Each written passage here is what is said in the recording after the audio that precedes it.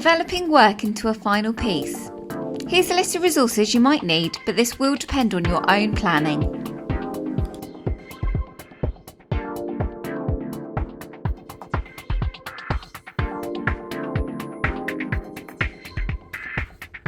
Okay, as we're approaching the end of the module, you need to start thinking about how you're going to develop a final outcome. So my advice would be to look back through your work, and this should give you some inspiration on how you could naturally progress onto a final piece.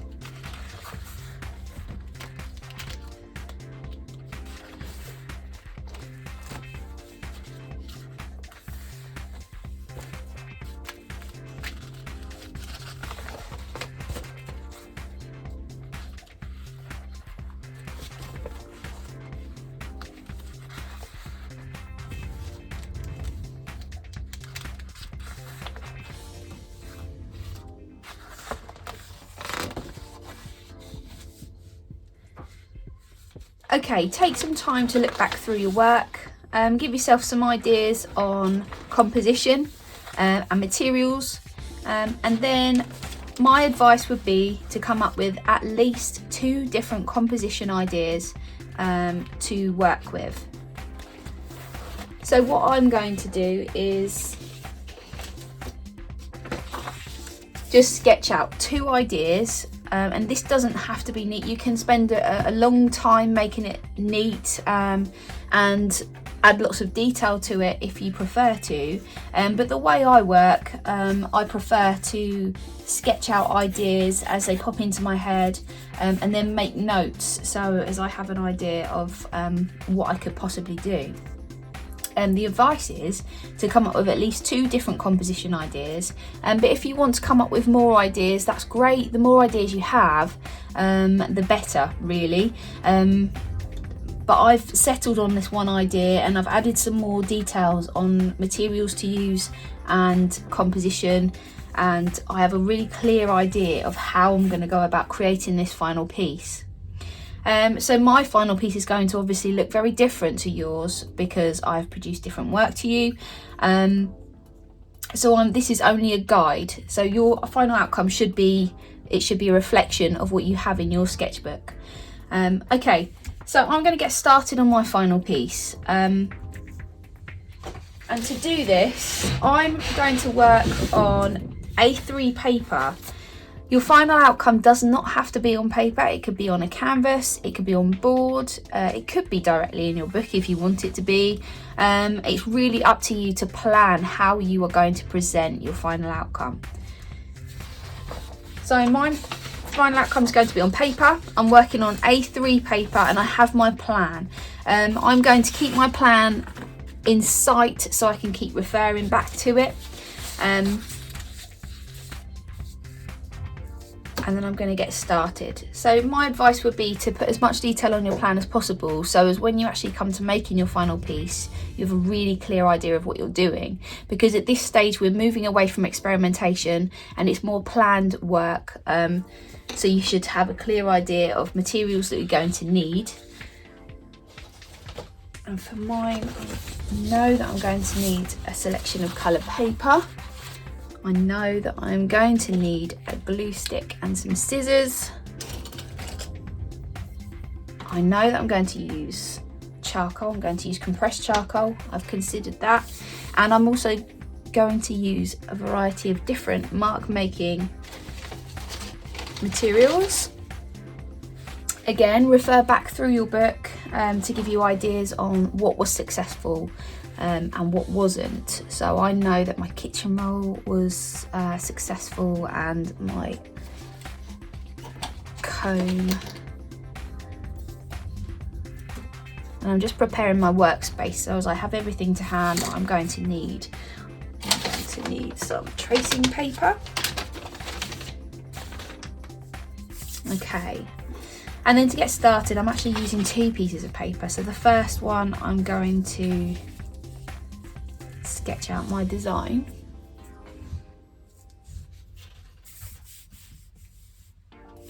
And it's worth mentioning that this does not have to be another reproduction of a composition you've already done. This could be a combination of works that you've composed together. It does not have to be a copy.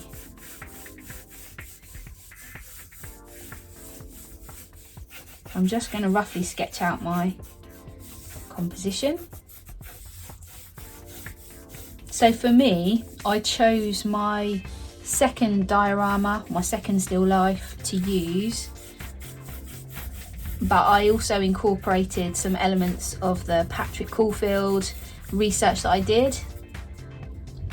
I've also considered how I might use negative space, having looked at Jim Dine, and I've also considered how I'm going to use mark making elements in my work as well. But to start with, I'm just going to really lightly sketch out my composition just to give me an idea of how everything's going to fit into this space.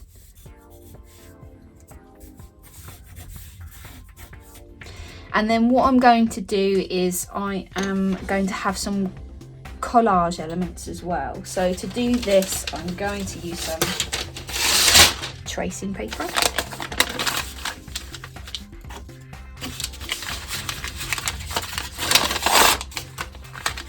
Again, you do not have to use collaging techniques at all. The reason I'm doing this is in response to my artist research. So depending on the artist that you looked at, you might have completely different ideas to myself.